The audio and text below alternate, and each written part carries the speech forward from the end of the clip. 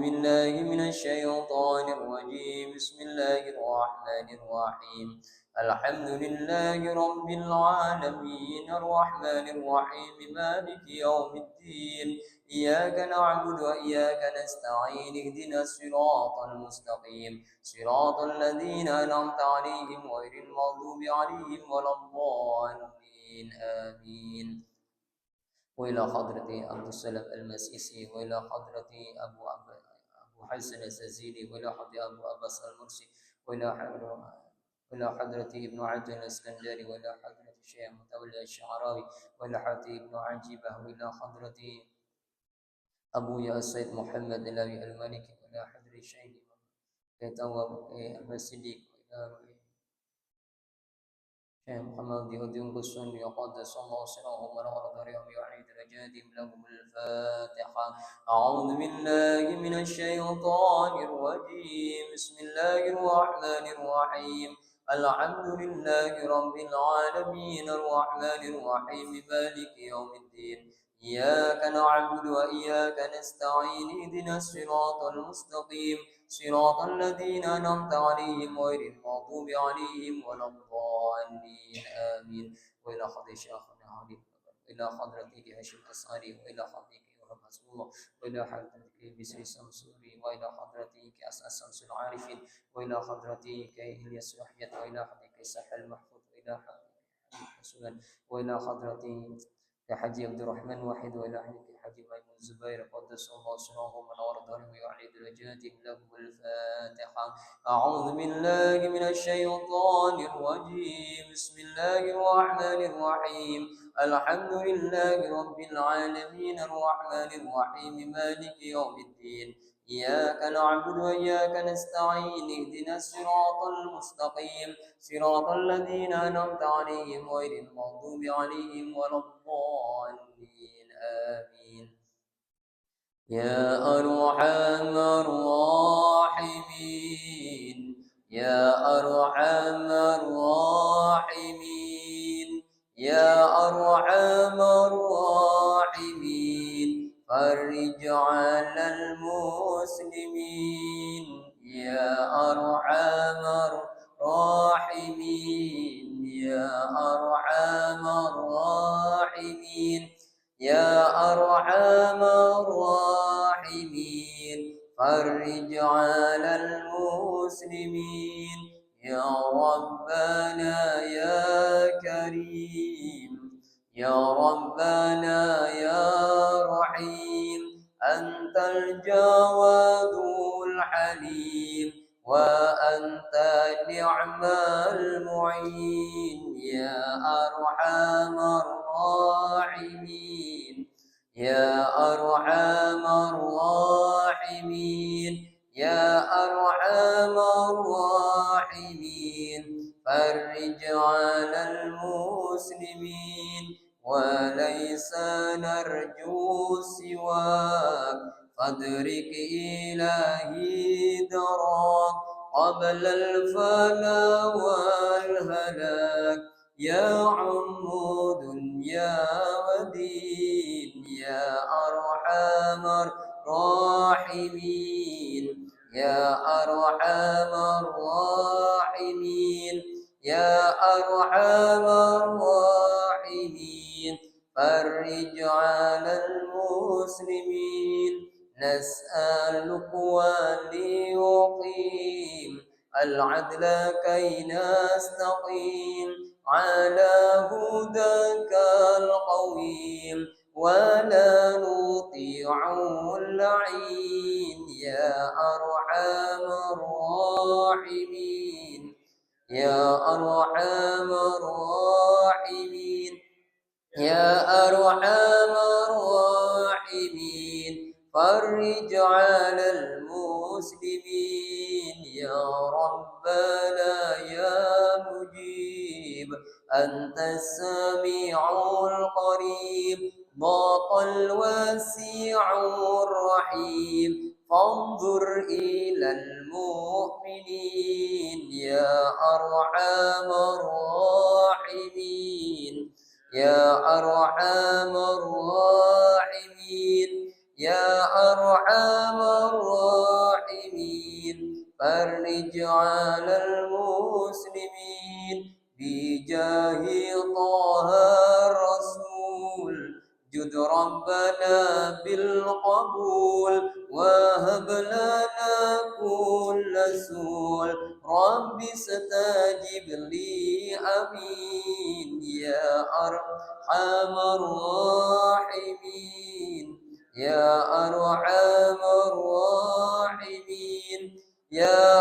ارحم الراحمين فرج على المسلمين واغفر لكل الذنوب واستر لكل العيوب وكشف لكل الكروب وكفي أذى المؤذين يا أرحم الراحمين يا أرحم الراحمين يا أرحم الراحمين فرج على المسلمين وختم بأحسن ختام إذا دنا الانصرام وحان حين الحمام وزاد رشه الجبين يا أرحم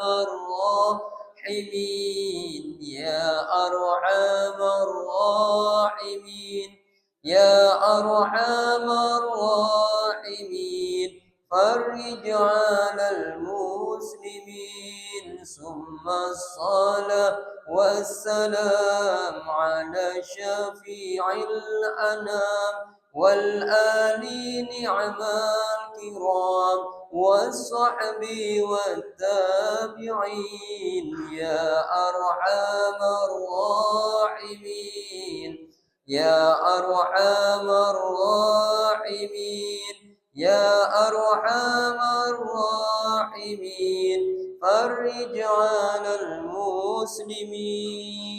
الفاتحة. بسم الله الرحمن الرحيم. الحمد لله رب العالمين.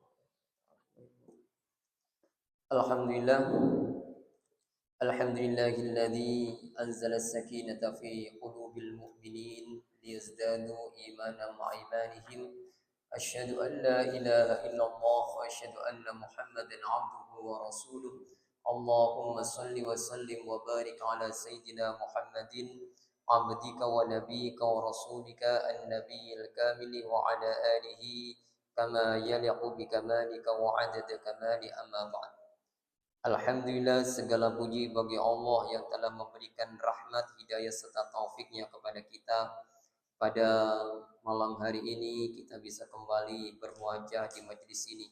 Semoga Allah Subhanahu wa taala senantiasa melimpahkan keberkahan bagi kita semua, diberkahi usianya, diberkahi rizkinya, diberkahi keluarganya, diberkahi ilmunya serta diberkahi ibadahnya. Ala hadhihi niyah وعلى كل نية صالحة لنا الفاتحة. أعوذ بالله من الشيطان الرجيم. بسم الله الرحمن الرحيم. الحمد لله رب العالمين الرحمن الرحيم مالك يوم الدين إياك نعبد وإياك نستعين اهدنا الصراط المستقيم صراط الذين أنعمت عليهم غير المغضوب عليهم ولا الضالين آمين. Alhamdulillah, kita pada malam ini sudah sampai di penghujung bulan Zulqa'dah. Mulai hari Selasa atau malam Rabu kita akan memasuki hari pertama atau malam pertama bulan Zulhijjah. Semoga Allah Subhanahu wa taala menyampaikan kita ke bulan Zulhijjah yang di dalamnya mengandung banyak mutiara-mutiara berharga untuk membawa kita makin dekat kepada Allah Subhanahu wa taala. Sebagaimana menjadi kebiasaan saya di setiap mengaji terkait dengan hikmah atau terkait dengan fadilah-fadilah, keutamaan-keutamaan yang terhimpun dalam setiap bulan, maka saya ingin sedikit menyampaikan tentang keutamaan yang ada di bulan Zulhijjah. Bulan Zulhijjah ini adalah bulan kita membuktikan kecintaan kita kepada kepada Allah Subhanahu wa taala. Jadi kalau Dzulqa'dah itu orang yang memiliki kedudukan, sementara orang yang sudah sampai pada maqam Dzulhijjah itu adalah orang yang memiliki bukti kecintaan kepada Allah Subhanahu wa taala. Maka cinta selagi bermakna cinta bukan hanya sekedar ungkapan kata-kata dan retorika, tetapi cinta selagi bermakna cinta adalah memberi, memaafkan, dan berkorban. Memberi, memaafkan, dan berkorban. Memberi dan memaafkan ini kita manifestasikan atau wujudkan melalui Idul Fitri. Sementara berkorban itu kita wujudkan melalui Idul Qurb atau Idul Adha. Maka Idul Adha itu berkorban. Yang dikorbankan bukan lagi harta, bukan lagi perasaan, tapi merasa ada ego atau keakuan kita ini perlu dikorbankan. Nah ini kita latihan mengorbankan ego, karena ternyata hijab yang paling agung untuk bisa kita menemukan dan merasakan ma'rifatullah itu adalah keakuan ini, diri kita sendiri, ananya kita ini, anania ini. Maka yang dikorbankan di bulan Dzulhijjah itu bukan hanya sekedar kambing, bukan hanya sekedar sapi, tetapi yang kita korbankan adalah keakuan atau kemelekatan kita terhadap diri kita sendiri, kecintaan kita terhadap diri kita sendiri. Kemudian di bulan Dzulhijjah ini ada amaliyah yang ditekankan, dan itu sudah sering saya sampaikan. Salah satunya kita banyak bertasbih, bertahlil, dan bertahmid. Kemudian yang kedua berpuasa tanggal 1 sampai tanggal 9, bisa tanggal 10, tetapi tanggal 10 itu tidak berpuasa full, hanya nanti menunda makan sampai kita nanti makannya selepas hari raya. Di mana di situ disebutkan dalam kitab Kanzun Najwa Surur yang diriwayatkan oleh Ibnu Abbas, barang siapa yang berpuasa sehari di tanggal 1 sampai tanggal 10 Dzulhijjah ini, maka nilainya sama dengan puasa 1 tahun. Jadi puasa 1 hari nilainya sama dengan puasa 1 tahun. Namun ada salah satu jamaah pengajian yang bertanya kepada saya, mengapa ini puasa kok sepertinya lebih utama daripada Ramadan? Bukankah Ramadan itu puasa bernilai 1 tahun jika kita puasa 1 bulan full kemudian ditambah 6 hari Syawal, itu bernilai 1 tahun. Nah ini kok 1 hari bernilai 1 tahun? Pertama, bahwa bulan Dzulhijjah ini adalah pamungkas dari semua bulan-bulan yang sudah kita lewati, di mana pamungkas itu atau ujung perjalanan itu adalah mutammimah atau penyempurnaan. Dan tidaklah sesuatu itu menjadi penyempurna kecuali punya kelebihan. Tidaklah sesuatu menjadi penyempurna kecuali punya kelebihan. Di dalam Al-Quran, Allah Subhanahu wa Ta'ala menegaskan tentang ayat yang diturunkan oleh Allah, al-yauma akmaltu lakum wa atmamtu alaikum ni'mati wa raditu lakumul Islam madina. Pada hari ini aku sempurnakan agama kalian dan aku sempurnakan nikmat kalian dan aku ridho Islam sebagai agama kalian. Ini ayat diturunkan oleh Allah Subhanahu wa Ta'ala di bulan Dzulhijjah. Ya, di bulan Dzulhijjah. Berarti bulan Dzulhijjah itu adalah bulan di mana Allah sudah menyempurnakan semua ajaran yang diturunkan kepada Rasulullah Muhammad SAW. Maka kemudian ujung perjalanan kita pun itu di Dzulhijjah, ujung perjalanan. Coba bayangkan bahwa sesungguhnya rukun Islam itu kan mulai sholat. Sholat itu diwajibkan di bulan Rajab. Kemudian zakat diwajibkan di bulan Sya'ban. Kemudian puasa diwajibkan di bulan Ramadan. Sementara Syawal, kemudian Dzulqa'dah, Dzulhijjah itu adalah bulan Al-Hajju Ashhurun Ma'lumat. Jadi haji itu bulannya telah diketahui. Apa bulan haji itu? Bulan haji itu adalah Syawal, Dzulqa'dah, dan Dzulhijjah. Makanya Syawal itu kita sudah bisa melakukan namanya miqat zamani. Sementara nanti miqat makaninya ketika sudah melaksanakan umroh atau haji di sana. Tapi miqat zamani artinya secara waktu kita sudah berniat melakukan haji itu di bulan Syawal. Nah, di bulan Syawal. Maka ini perjalanan, ujung perjalanannya itu justru di bulan Zulhijjah ini. Nah, inilah mengapa kemudian Rasulullah menyampaikan innamal a'malu bi khawatimiha. Sesungguhnya amal itu bergantung akhirnya. Jika akhirnya baik, maka insya Allah semua yang lain itu, yang sebelum-sebelumnya dianggap baik oleh Allah Subhanahu wa Ta'ala. Ya, maka kita bagaimana di ujung perjalanan, di ujung tahun kita ini benar-benar menjadi orang yang lebih baik daripada tahun yang lalu. Kemudian selain itu puasa, ya, jadi puasa 1 hari sama dengan puasa 1 tahun, kecuali Arafah. Arafah ditegaskan dalam kitab Al-Ghuniyah itu Arafah itu apabila kita berpuasa di hari Arafah nanti di tanggal 9 itu nilainya sama dengan puasa 2 tahun dan bisa menghapus dosa di tahun yang lalu serta menghapus dosa di tahun yang akan datang. Itu hari Arafah. Makanya ditekankan kita kalau tidak bisa puasa tanggal 1 sampai tanggal 10 jangan lupakan puasa di hari Arafah. Makanya orang-orang dulu itu menekankan ada namanya hari Tarwiyah, hari di mana Nabi Ibrahim bermimpi menyembelih anaknya Ismail. Kemudian nanti hari Arafah di mana Nabi Ibrahim sudah yakin bahwa ini perintah Allah dan di hari Nahar itu adalah pelaksanaan dari mimpi tersebut. Maka hari Yaumul Tarwiyah, Yaumul Arafah, dan Yaumul Nahar. Nah, kemudian di hari Arafah itu kita disuruh memperbanyak membaca apa?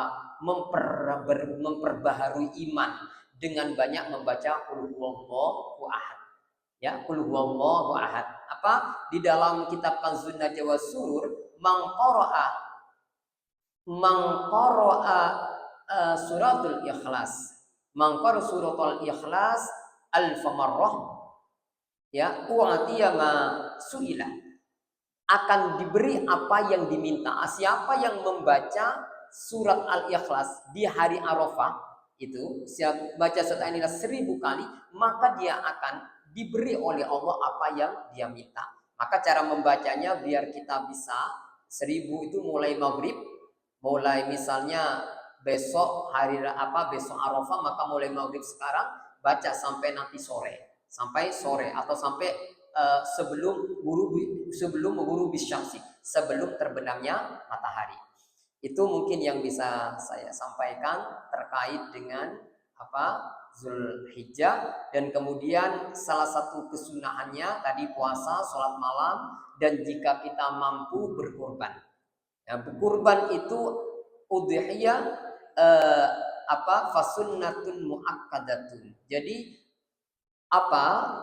berkorban itu sifatnya adalah sunnah muakkad kecuali apabila itu jadi nazar. Kalau sudah jadi nazar maka itu hukumnya adalah wajib.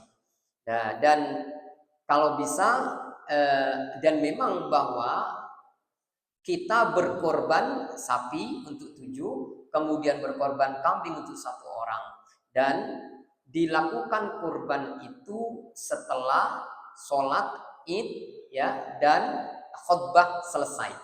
Nah, kemudian sampai menurut Imam Syafi'i sampai tasyrik hari ketiga, yakni tanggal 13. Nah, tapi Imam Hanafi mengatakan tasyrik hari kedua. Ya, perbedaan ulama itu biasa. Ya, mungkin itu yang saya sampaikan. Jangan kurban sebelum sholat, karena ada dulu orang yang memberitakan kurban sebelum sholat id. Itu bukan kurban namanya, itu sedekah. Itu sudah bentuknya ya sedekah biasa, bukan bentuk kurban. Jadi kurban dilaksanakan setelah sholat id. Karena kenapa? Karena ayatnya inna a'tayna kal kausar fasolli li rabbika wanhar. Sholat dulu lalu kemudian wanhar, lalu berkorban. Mungkin itu yang bisa saya sampaikan. Kita akan lanjutkan pada kajian Al-Hikam sampai pada kalam hikmah yang ke-15. Qala al-musannif rahimahullahu ta'ala wa nafa'ana bihi wa amaddana bi asrarihi wa afadha 'alaina min barakatihi wa 'ulumihi wa anwarihi wa nafahatihi fid dharain amin Allahumma amin. Mimma yadulluka 'ala wujudi qahrihi subhanahu inna hajabaka 'anhu bima laysa bimawjudi ma'ahu. Termasuk sesuatu yang menunjukkan kepadamu tentang adanya keperkasaan Allah yang maha suci. Inna hajabaka, sesungguhnya dia menghijab kamu anhu, darinya, menghijab Allah, bima laisa bimaujudi ma'ahu, dengan sesuatu yang sebenarnya tidak ada wujud yang menyertainya. Maksudnya apa ini? Bahwa Allah itu ada, namun dihijab. Ya, kita tidak bisa memandang, tidak bisa melihat, tidak bisa menyaksikan Allah Subhanahu wa ta'ala. Yang bisa kita saksikan adalah ciptaan Allah. Yang kita bisa saksikan adalah sifat-sifat Allah yang menghias alam semesta. Sementara Allah tak bisa kita saksikan secara zat. Makanya dalam hadis disebutkan tafakkaru fi khalqillah wala tafakkaru fi dzatillah. Renungilah oleh kalian tentang ciptaan Allah, jangan renungi oleh kalian tentang zat Allah. Jadi meskipun seorang wali, bahkan meskipun seorang nabi, tidak akan pernah bisa mengetahui tentang zat Allah. Ya, tentang zat Allah. Tetapi ingat bahwa zat Allah ini adalah satu-satunya wujud, satu-satunya ada, sementara yang lain itu maujud, yang diadakan oleh Allah Subhanahu wa ta'ala. Nah, seperti yang saya sampaikan pada pertemuan sebelumnya, wujud itu adalah identik dengan nur. Nur itu identik dengan ada. Sementara Adam tidak ada, itu identik dengan kegelapan. Ya, Allah identik dengan cahaya, atau ada itu berganti dengan cahaya. Sementara makhluk ini, Adam ini, adalah identik dengan kegelapan. Berarti yang mengadakan semua, yang menampakkan semuanya itu adalah Allah Subhanahu wa ta'ala. Ya, karena nur itulah yang menampakkan. Nur itu tampak dan menampakkan, itu nur. Jadi cahaya lampu itu tampak sekaligus menampakkan apa yang ada di sekelilingnya. Ya, artinya tanpa ada cahaya, maka semua apa yang tergelar di hadapan kita tidak akan tampak. Jadi kita bisa melihat sesuatu depan kita karena bantuan cahaya. Ya, karena bantuan cahaya.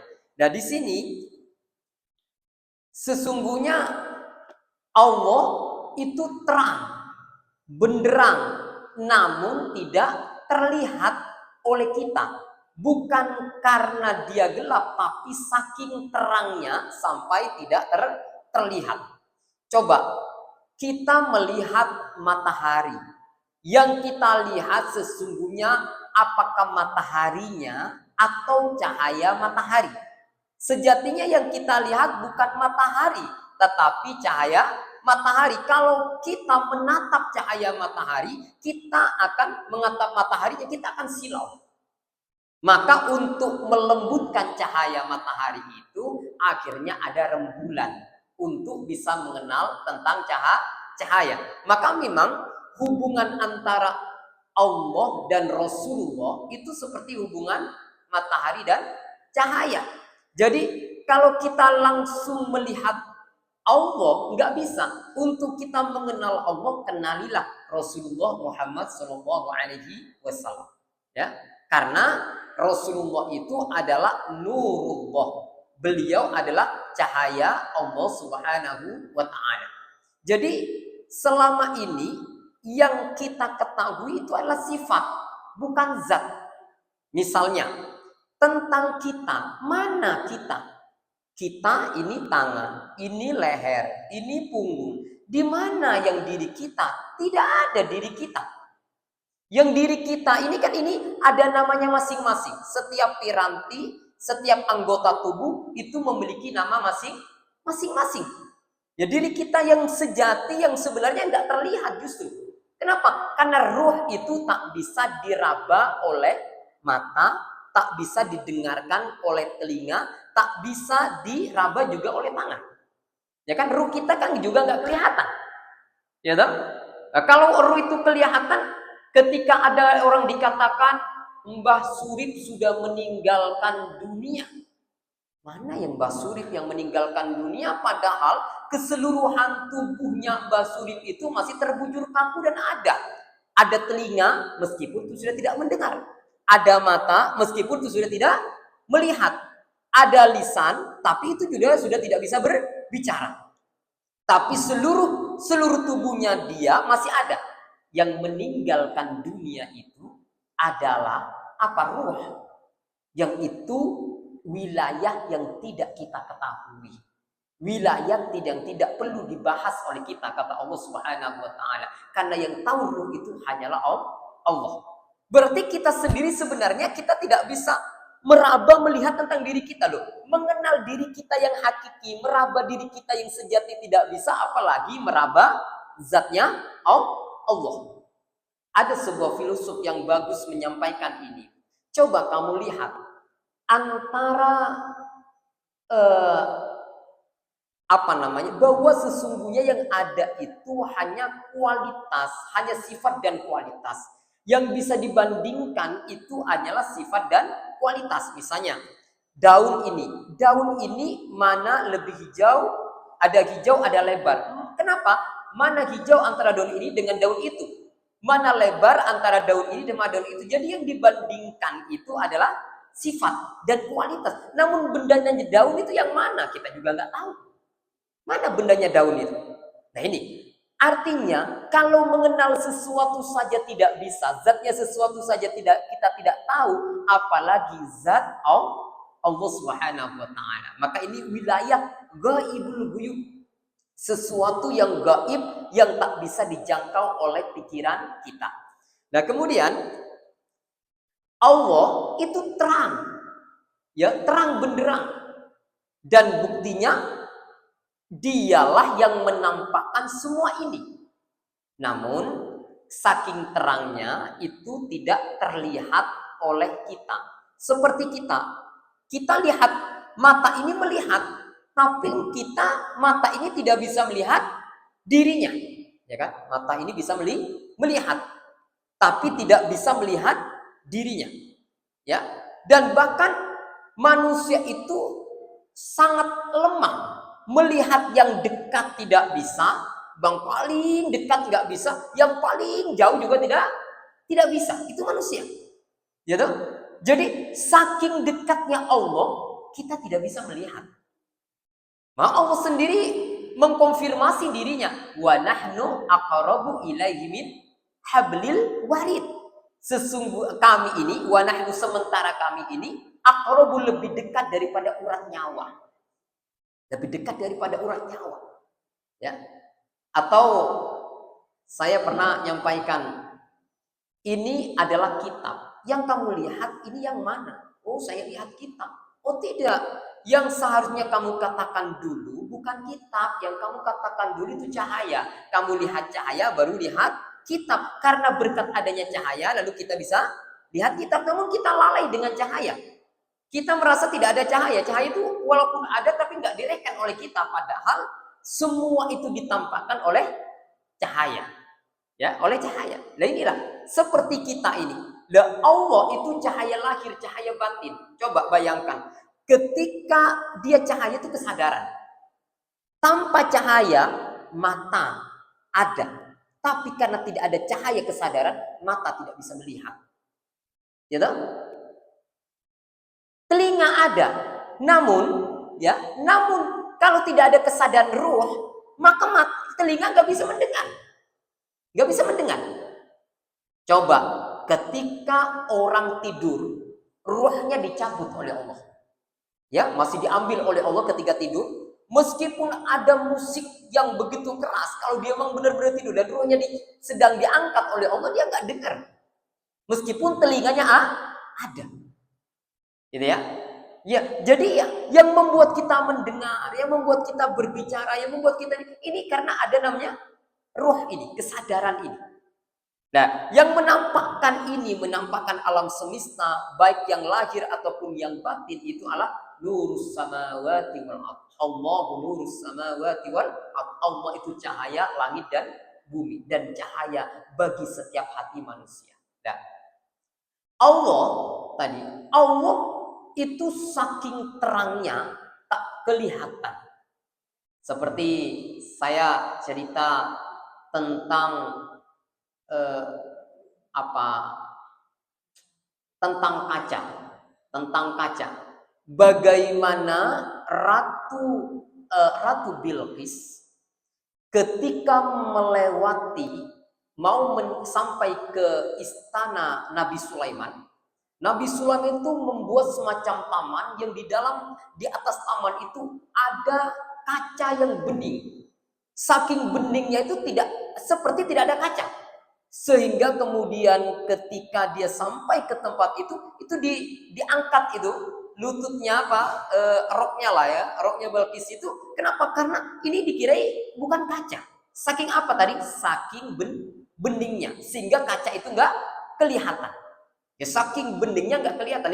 Seperti itu, saking terangnya sampai tidak terlihat. Inilah. Maka kemudian inilah kekuasaan Allah Subhanahu wa taala. Coba ketika Nabi Musa alaihi salam. Nabi Musa itu suatu saat ingin melihat Allah. Ingin melihat Allah. Nah, ini di dalam walamma ja'a Musa limiqatina wa kallamahu rabbuhu. Dan ketika datang Musa di dalam munajatnya yang ditetapkan oleh kami, wa kallamahu rabbuhu, dan Tuhannya berkata kepada Musa, ya, dan perkataan Tuhannya kepada Musa, wa qala rabbi arini. Musa berkata, rabbi arini anzur ilaik. Ya, wahai Tuhanku, arini anzur ilaik, tampakkan engkau kepadaku. Anzur ilaik, agar aku bisa memandangmu. Qala, Allah berfirman, lan tarani, kamu tidak bisa melihat aku. Walakin indur ilal jabali, akan tetapi undur ilal jabali, lihatlah jabal atau gunung itu. Fa in istaqarra makanahu, jika gunung itu bergeser tetap di tempatnya, maka engkau akan melihatku. Falamma tajalla rabbuhu, maka ketika Tuhannya menampakkan melalui gunung itu lil jabal, melalui gunung, ja'alahu dakka, maka kemudian jabal itu, gunung itu menjadi hancur. Ya, wa kharra Musa so'iko, lalu kemudian Musa itu tersungkur pingsan. Falamma afaqa, lalu setelah Musa itu siuman, sadar, qala subhanaka tubtu ilaika wa ana awwalul mu'minin. Maka Musa berkata, maha suci engkau, aku bertobat kepada engkau, wa ana awwalul mu'minin, dan aku adalah orang yang pertama-tama beriman kepada engkau. Dalam artian yakin bahwa ternyata Musa tidak bisa melihat zat Allah, yang dilihat cahaya yang besar, lalu kemudian dia pingsan. Gitu ya. Ini apa? Saking besarnya cahaya Allah Subhanahu wa taala.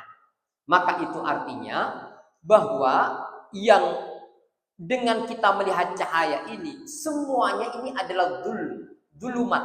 Dulumat itu gelap, sementara satu-satunya cahaya hanyalah Allah Subhanahu wa taala. Maka di sini disebutkan kullu syai'in halikun illa wajhah. Segala sesuatu itu hancur. Illa wajah, kecuali zatnya Allah Subhanahu wa ta'ala. Semuanya hancur. Nah, kemudian disebutkan huwal awwal wal akhir wal zahir wal batin. Dia yang awal, dia yang akhir. Dia yang pertama-tama dan tidak ada permulaannya. Dia yang pertama dan tidak ada permulaan. Dan dia yang terakhir tidak ada kesudahan. Jadi dia tidak ada awal, tidak ada akhirnya. Allah Subhanahu wa ta'ala. Wal zahir wal batin. Dan dia yang zahir juga dia yang batin. Artinya apa? Bahwa dia meliputi segala sesuatu. Dia meliputi segala sesuatu. Wa huwa ala kulli syai'im muhit. Dia atas segala sesuatu meliputi. Katanya Ibnu Al-Jibah, dia dekat, dia jauh dalam dekatnya dan dia dekat dalam jauhnya. Maksudnya apa? Dia dekat bukan berarti nempel dengan kita. Dia jauh bukan berarti tidak mengawasi kita. Ya, maksudnya apa? Dia tidak, kan ada dalam Wihdatul Wujud itu seperti Allah selalu menyatu dengan kita, gitu. Bukan begitu. Jadi dia tidak bisa kita gambarkan dia menyatu dengan kita seperti apa? Seperti air dengan tepung yang menjadi roti, bukan. Jadi Allah Subhanahu wa ta'ala dekat, tetapi dia tidak menyentuh. Dia jauh tapi tidak ada batasnya. Artinya ini tidak bisa digambarkan oleh logika. Nah itu kan apa? Jadi Allah Subhanahu wa ta'ala itu selalu ada, selalu mengawasi kita. Itulah yang menjadikan kemudian kita ini kenal Allah Subhanahu wa ta'ala tidak pernah baik dari kita, selalu hadir di hadapan kita. Kemudian di dalam syarah yang lain disebutkan kita ini mulai belajar agar kita timbul kasih sayang kepada semua makhluk Allah. Mulai belajar tentang sifat Allah. Sifat apa namanya dalam Al itu namanya disebut dengan tauhidul wujud. Tauhidul wujud ini bahwa kita harus menyadari bahwa ada namanya tauhidul wujud itu tauhidul af'al. Tauhidul af'al itu bahwa satu-satunya perbuatan itu adalah perbuatan Allah. Ketika Allah berfirman, "Wa ma romaita idh romaita walakinnallaha roma." Bukan engkau yang melempar itu panah ketika kau melempar, tetapi Allah yang melempar. Atau di dalam ini disebutkan innalladzina yubayyi'unaka innama yubayyi'unallah. Sesungguhnya orang-orang yang berbaiat kepada Muhammad sejatinya dia berbaiat kepada Allah. Makanya Allah menyampaikan apa? Bahwa yadullah fauqa aydihim. Allah menyampaikan gitu. Yadullah fauqa aydihim. Tangan Allah di atas tangan mereka ketika para sahabat itu berbaiat pada Rasulullah Muhammad SAW, maka Allah menyampaikan yadullah fauqa aydihim, bahwa tangan Allah di atas tangan mereka, padahal tangan mereka itu tangannya Rasulullah Muhammad SAW. Itu menandakan bahwa perbuatan Rasulullah itu tidak akan ada kecuali dikehendaki oleh Allah Subhanahu wa ta'ala. Jadi bukan itu inisiatif dirinya, itu semua irodahnya Allah, kehendak Allah, bahkan kuasanya Allah Subhanahu wa ta'ala. Kemudian yang kedua, para ulama menyampaikan disebut dengan tauhidus sifat. Tauhidus sifat itu apa? Ada sama, basor, kalam, qadiron, muridan, aliman, hayyan, sami'an. Itu artinya apa? Bahwa ketika kita mendengar, sejatinya kita tidak mendengar secara independen karena Allah mengizinkan kita untuk mendengar. Ya, untuk mendengar. Kalau Allah tidak mengizinkan kita untuk mendengar, ya kita tidak mendengar. Dan memang ada beda antara samaknya Allah dan samaknya kita. Kalau samaknya kita mendengar dengan menggunakan alat. Dengan menggunakan alat berupa telinga. Tetapi Allah mendengar tanpa alat. Ya kan ada orang yang nggak bisa mendengar itu, telinganya punya telinga tapi nggak bisa mendengar, menggunakan apa itu? Apa itu? Yang diletakkan di telinganya sehingga bisa mendengar itu. Jadi alat yang memicu dia untuk bisa mendengar. Nah, sementara Allah sama basor kalamnya itu Allah berbicara tidak dengan alat. Allah mendengar tidak dengan alat. Ya, dan kemudian Allah juga tidak melihat dengan perantara. Allah mendengar itu tidak bisa kita gambarkan, yang penting bahwa dia sama dan basor kalam. Nah, kemudian kita akan menjadi fana bahwa semua itu adalah Allah Subhanahu wa taala ketika kita masuk ke dalam sifat 20.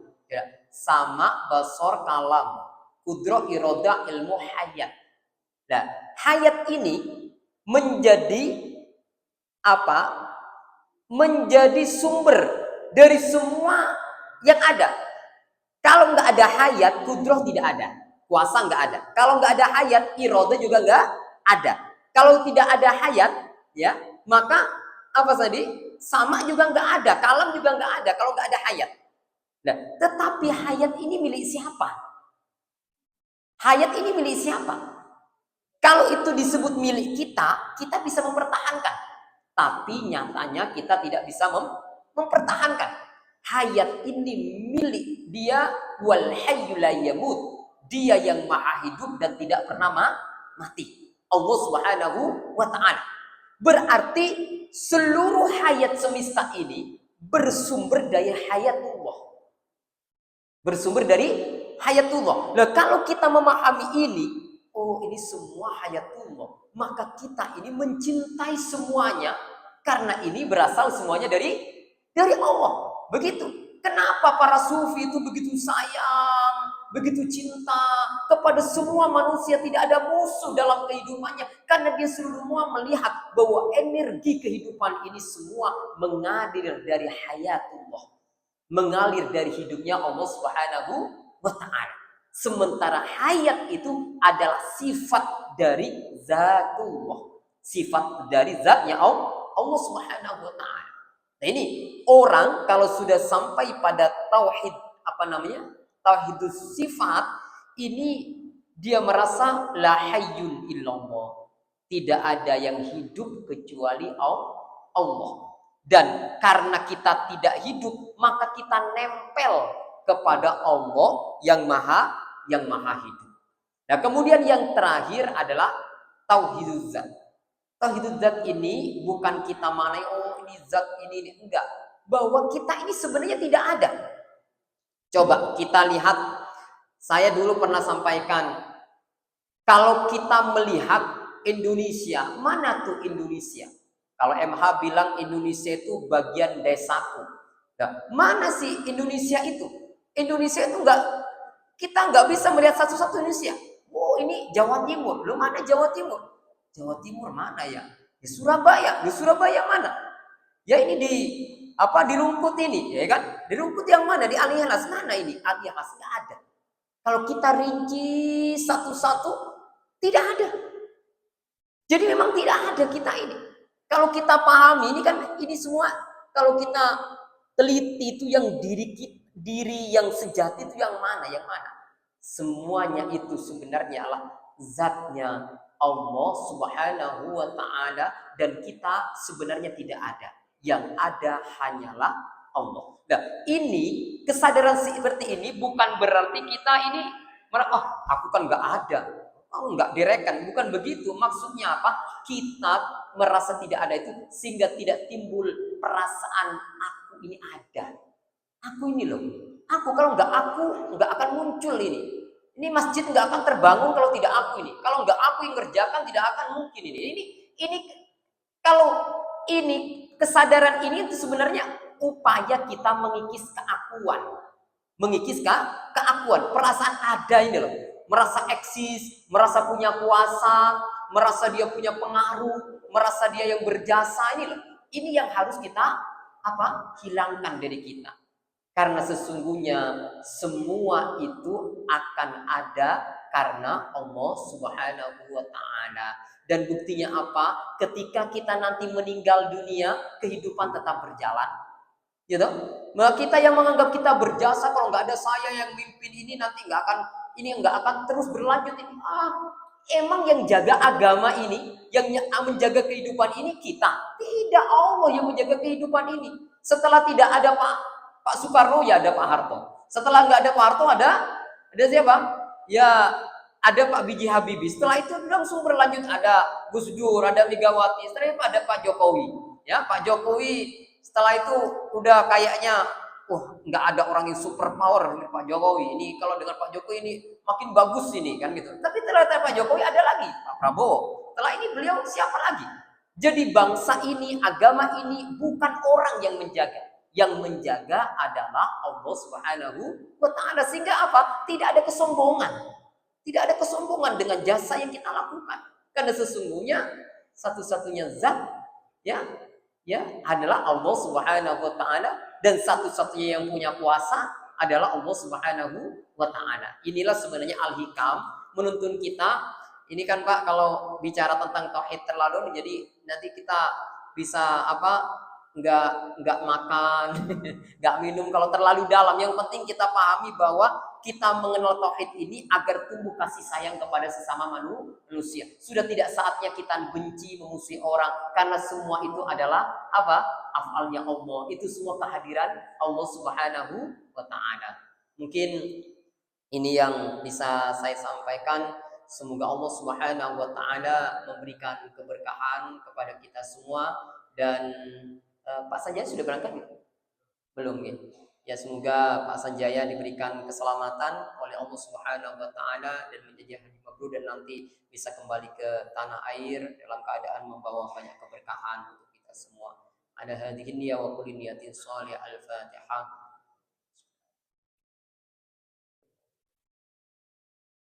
Alhamdulillah, demikian dari saya. Mohon maaf apabila ada kesalahan. Wal 'afwu minkum. Wassalamualaikum warahmatullahi wabarakatuh.